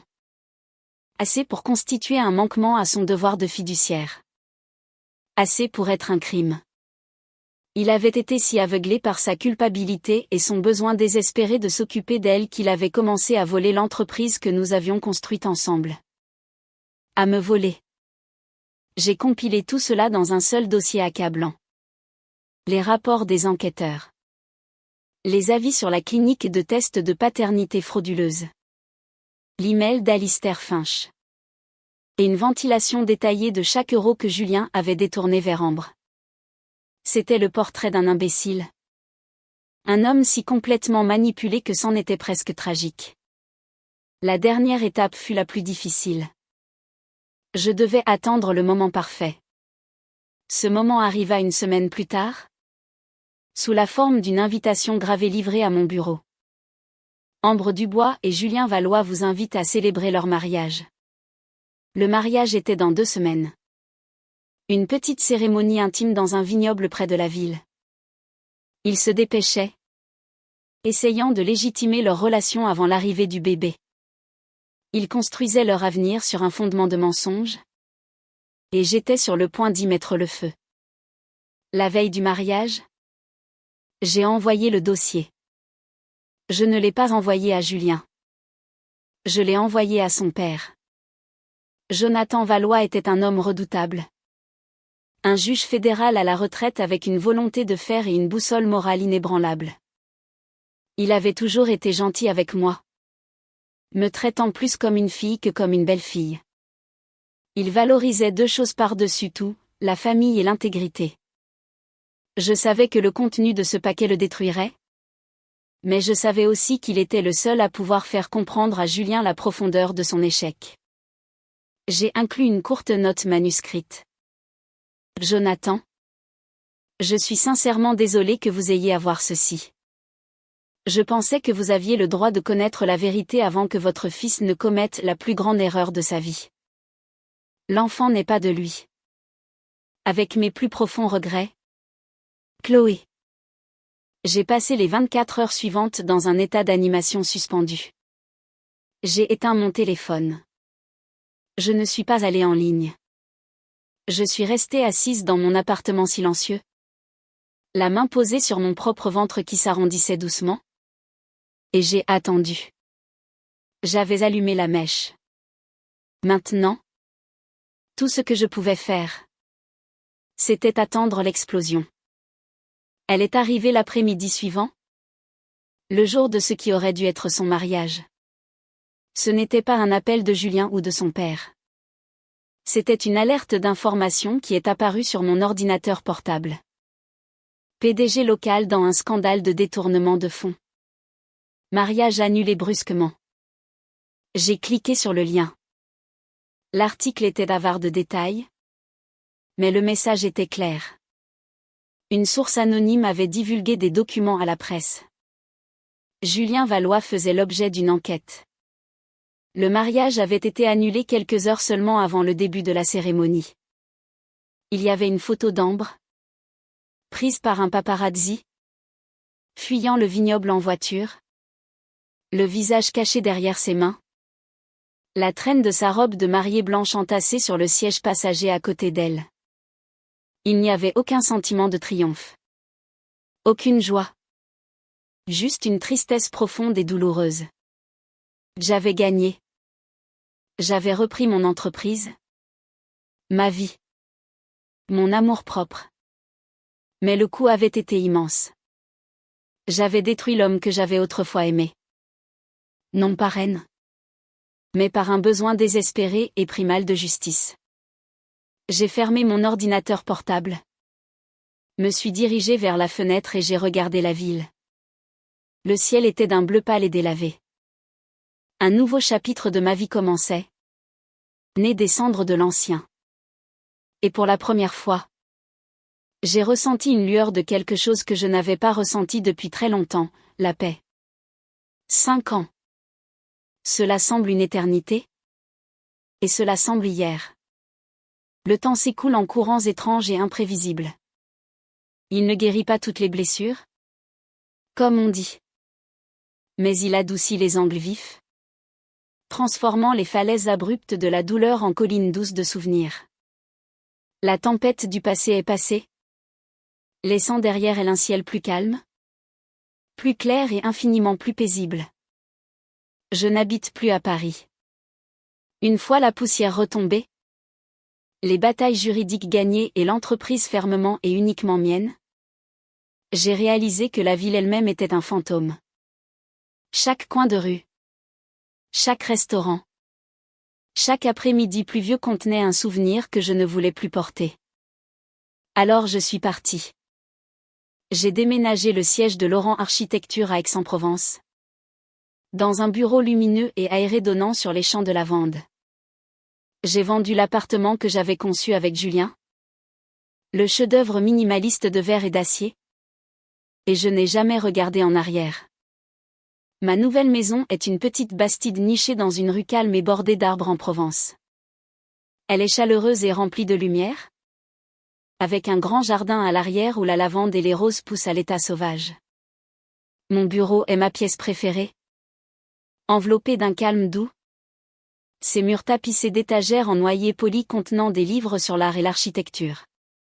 La lumière de l'après-midi entre à flot par la grande baille vitrée, se déversant sur mon bureau, faisant scintiller le cadre en argent d'une seule et précieuse photographie. C'est la photo d'une petite fille aux yeux rieurs et brillants et à qui il manque une dent de devant. Ses bras enroulés autour de mon cou dans une étreinte féroce et joyeuse. Clic. La porte de mon bureau grince en s'ouvrant, et une petite tête avec une queue de cheval rebondissante apparaît. Maman. Léa. Ma fille. Mon monde. À 5 ans. Elle est un tourbillon d'énergie débordante et de curiosité féroce. Ses yeux, du même gris chaud que les miens, scintillent d'une lumière qui peut me faire mal au cœur d'amour. Elle est la meilleure partie de moi. Le cadeau magnifique et inattendu qui a grandi sur les décombres de mon ancienne vie. Je lève les yeux de mon carnet de croquis. Un sourire s'épanouissant sans effort sur mes lèvres. Salut. Mon cœur. Entre donc. Elle entre dans la pièce pieds nus, serrant contre sa poitrine son propre carnet de croquis épais. La lumière du soleil entre par la fenêtre derrière elle, créant un doux halo doré autour de sa petite silhouette, illuminant le minuscule motif floral de sa robe d'été. Je pose mon stylo et ouvre les bras. Viens ici. Toi. Dis-je. Ma voix douce. Elle court les derniers mètres et grimpe sur mes genoux, son petit corps chaud s'ajustant parfaitement contre le mien. Elle sent le soleil et le savon à la fraise. Elle me tend immédiatement son carnet, son visage illuminé par l'excitation haletante que seule une fillette de 5 ans peut posséder. Regarde. Maman. Regarde ce que j'ai dessiné en classe d'art plastique aujourd'hui. Je prends le livre. Les pages remplies des traits audacieux et merveilleusement chaotiques de crayon. Je feuillette les dessins de notre Golden Retriever, d'une maison de travers avec un soleil souriant. Puis je m'arrête. Le dessin me fait marquer une pause. Une douce vague de souvenirs m'envahissant. C'est le dessin d'une petite fille avec des couettes debout devant un château de contes de fées. À côté d'elle, lui tenant la main, se trouve une femme dans une longue robe avec une couronne dessinée de travers sur la tête. Moi. Disneyland. Je murmure. Le souvenir vif et précis. Son 4e anniversaire. Le ciel incroyablement bleu. Le son de ses cris ravis dans les tasses tournantes. La douceur collante des churros que nous avons partagés. Je me souviens d'être là, regardant son visage s'illuminer devant les feux d'artifice, et ressentant un sentiment de bonheur profond et inébranlable. C'était une joie qui était entièrement mienne. Une joie que j'avais créée pour nous. Léa hoche la tête avec enthousiasme. Sa petite tête se balançant. Tu as promis qu'on pourrait y retourner pour mon prochain anniversaire? Me rappelle-t-elle. Sa voix sérieuse. Tu as promis. Je caresse ses cheveux doux et soyeux. Mes doigts se faufilant dans les mèches fines. Mon cœur est si plein qu'il pourrait exploser. Je me souviens? Dis-je. La voix épaisse d'émotion. Et une promesse est une promesse. Bien? Dit-elle. Satisfaite. Puis elle se penche. Baissant la voix à un murmure conspirateur. Comme si elle partageait le secret le plus important du monde. Parce que la semaine prochaine, ma classe va au zoo pour voir les nouveaux bébés pandas. Et je veux vraiment que tu viennes avec nous. Je ris doucement. Un son qui semble léger et libre. Je dépose un baiser sur le dessus de sa tête, respirant le doux parfum de ses cheveux. Bien sûr que je viendrai. Ma puce. Je ne manquerai ça pour rien au monde.